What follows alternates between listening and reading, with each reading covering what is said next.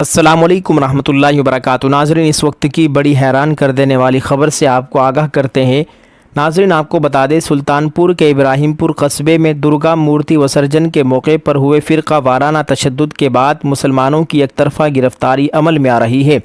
اب تک جن 32 لوگوں کی گرفتاری ہوئی ہے ان میں جامعہ مصطفیٰ قادریہ کے 18 معصوم طلباء بھی شامل ہیں، جبکہ 2 مدرس اور 1 ممبر بھی گرفتار ہوئے ہیں۔ ناظرین، آپ کو بتلا دیں ریاست اتر پردیش کے سلطان پور تشدد معاملے سے متعلق صدر جمعیت علماء ہند مولانا محمود مدنی نے وزیر اعلیٰ یوگی آدتیہ ناتھ کو گزشتہ ہفتے خط لکھ کر فوری اقدام کی طرف توجہ دلائی تھی۔ اس کے بعد مولانا حکیم الدین قاسمی ناظم عمومی جمعیت علماء ہند کی قیادت میں جمعیت کے ایک وفد نے سلطان پور کا دورہ کیا اور وہاں ابراہیم پور کے متاثرہ لوگوں سے ملاقات کی۔ ناظرین، آپ کو بتلا دیں اس موقع پر مینیجر جامعہ مصطفیٰ قادری اور باشندگان ابراہیم پور نے صدر جمعیت علماء ہند کے نام ایک مکتوب بھی سونپا، جس میں انصاف کے لیے ان کی طرف سے مقدمہ لڑنے کی گزارش کی گئی ہے۔ جس کے بعد مولانا محمود مدنی نے اعلان کیا ہے کہ جمعیت علماء ہند کی طرف سے ہر ممکن قانونی امداد فراہم کی جائے گی۔ ہمیں مدرسے میں زیر تعلیم نوعمر طلباء کی گرفتاری پر افسوس ہے۔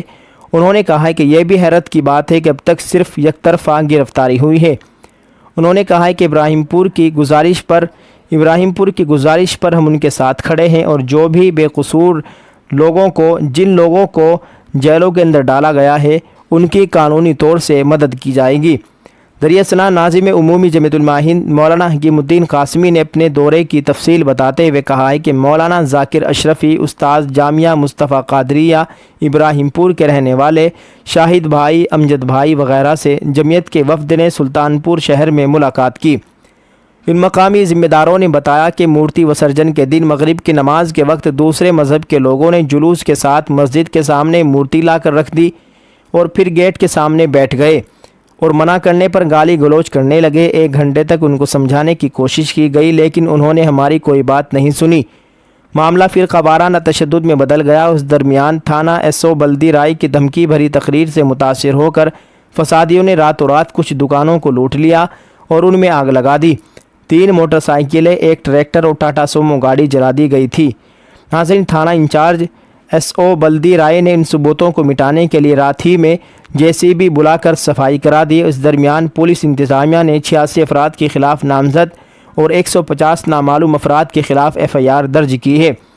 جمعیت علماء ہند کے وفد نے مقامی ذمہ داروں سے امن و امان بنائے رکھنے کی تلقین کی ہے اور کہا ہے کہ اس سلسلے میں جو ممکن ہوگا کیا جائے گا۔ ناظرین، جمعیت علماء ہند کے وفد نے مقامی ذمہ داروں سے امن و امان بنائے رکھنے کی تلقین کی ہے اور کہا ہے کہ اس سلسلے میں جو ممکن ہوگا کیا جائے گا۔ اس موقع پر جمعیت کے وفد نے بلدیہ کے تھانہ انچارج اور SO کو بلا تاخیر معطل کرنے کا مطالبہ کیا ہے۔ اس کے بغیر یہاں قانون، امن و انصاف کا قیام بہت مشکل ہے۔ یہ ناظرین، اس وقت کی بڑی حیران کر دینے والی خبر ہے۔ مدرسے کے 18 معصوم طلباء اور 2 مدرس بھی گرفتار کیے گئے ہیں۔